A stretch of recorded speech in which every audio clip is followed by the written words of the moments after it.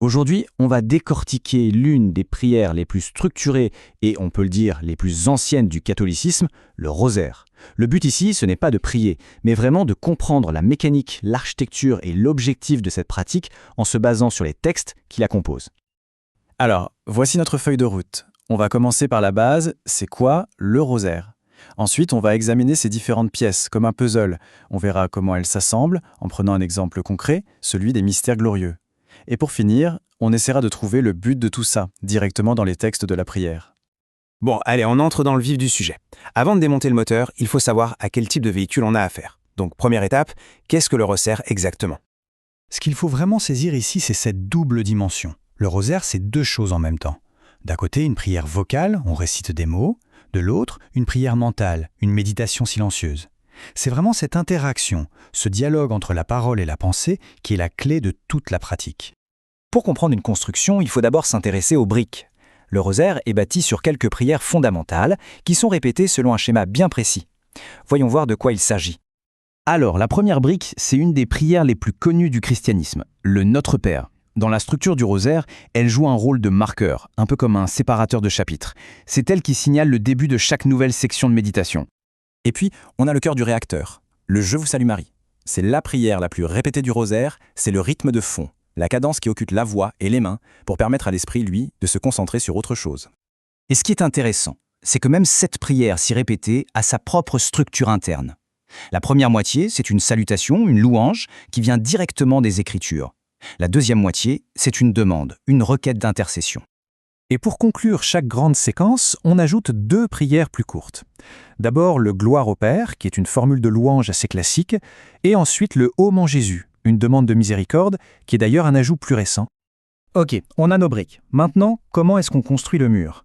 L'unité de base du rosaire, son module principal, ça s'appelle une dizaine. Et voilà le plan de montage. C'est un cycle en 5 étapes, toujours le même.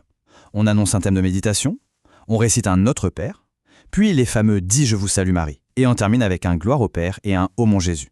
Ce schéma, c'est le moteur de la prière. Et le truc, c'est que ce cycle, on ne le fait pas qu'une seule fois. Pas du tout. Un rosaire complet, c'est la répétition de cette structure de dizaines 5 fois de suite. Et à chaque fois, on change de thème de méditation. Justement, ces fameux thèmes de méditation, qu'est-ce que c'est? On les appelle des mystères. Il y a plusieurs séries, et pour notre exemple, on va se concentrer sur celle que notre source analyse, les mystères glorieux, qui sont traditionnellement médités le dimanche et le mercredi. Les voilà. La résurrection, l'ascension, la descente du Saint-Esprit, l'Assomption et le couronnement de Marie. C'est assez simple à comprendre. Chaque mystère correspond à l'une des 5 dizaines. On médite sur la résurrection pendant la première dizaine, sur l'ascension pendant la deuxième, et ainsi de suite. Alors prenons le tout premier pour voir comment ça fonctionne. La prière démarre, on annonce le premier mystère. Et pendant qu'on récite les prières de cette première dizaine, l'esprit est invité à se concentrer, à visualiser, à méditer sur l'épisode de la résurrection du Christ. Et là, on voit parfaitement le concept. C'est une action double, qui se passe en parallèle. La prière vocale, c'est le support, le rythme de fond, presque la bande-son.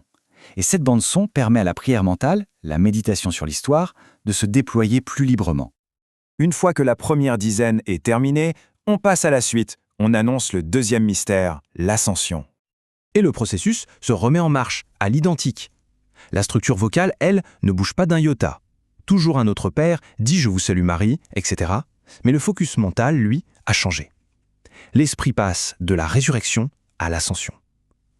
Et ce même schéma va se poursuivre pour les 3 autres mystères, la descente du Saint-Esprit, l'ascension, et pour finir, le couronnement de la Vierge. C'est une sacrée structure, très mécanique.